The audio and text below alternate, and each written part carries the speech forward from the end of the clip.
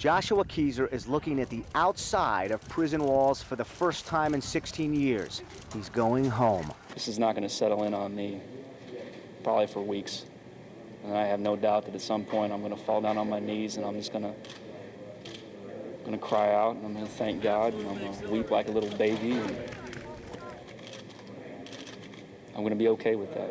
He and his mother hugged, and they did not want to let go. Prison bars have kept them apart for more than 5,000 days for a crime a judge now says Kezer did not commit. It was a brutal murder in November of 1992. There was definitely some type of struggle outside the vehicle, blunt trauma, and back in the car, and that's where she was shot. College student Angela Mischelle Lawless murdered just a mile from her home in Benton, Missouri. There was actually a pretty good spot of blood right here. A jury convicted Joshua Kezer without any physical evidence linking him to the crime. Now a new ruling says the prosecutor failed to disclose evidence and told the jury things about Kezer we now know are not true.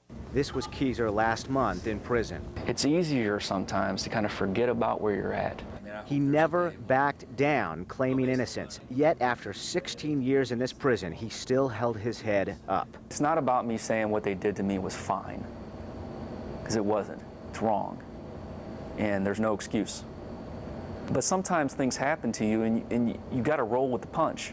Now Judge Richard Callahan agrees he is innocent. Judge Callahan, in his decision, said the system failed every step of the way and that the killer or killers are still at large. He criticized the prosecution, led at the time by Kenny Hulshoff. We asked Hulshoff about the allegations this summer when he was running for governor. 12 jurors said unanimously that he was guilty, and I agree with those jurors. I still believe in my heart that he is the right guy for that crime. Hulshoff says he stands by this statement even after the judge's ruling to release Kezer.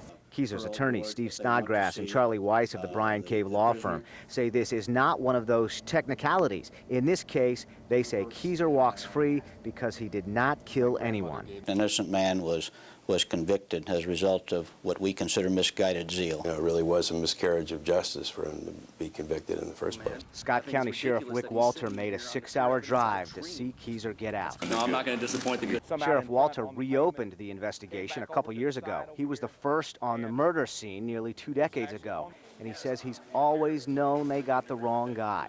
But it's a different kind of day for him. This case is still open, and yeah, I feel good for him, I feel good for his family, but we don't want to lose sight of what started this whole thing. Angela Mischelle Lawless. Her father recently said it feels like she was murdered yesterday. Sheriff Walter says today may be just the beginning of his search for the real killers, while the man wrongly blamed goes home to a whole new world. For the Fox Files, I'm Chris Hayes.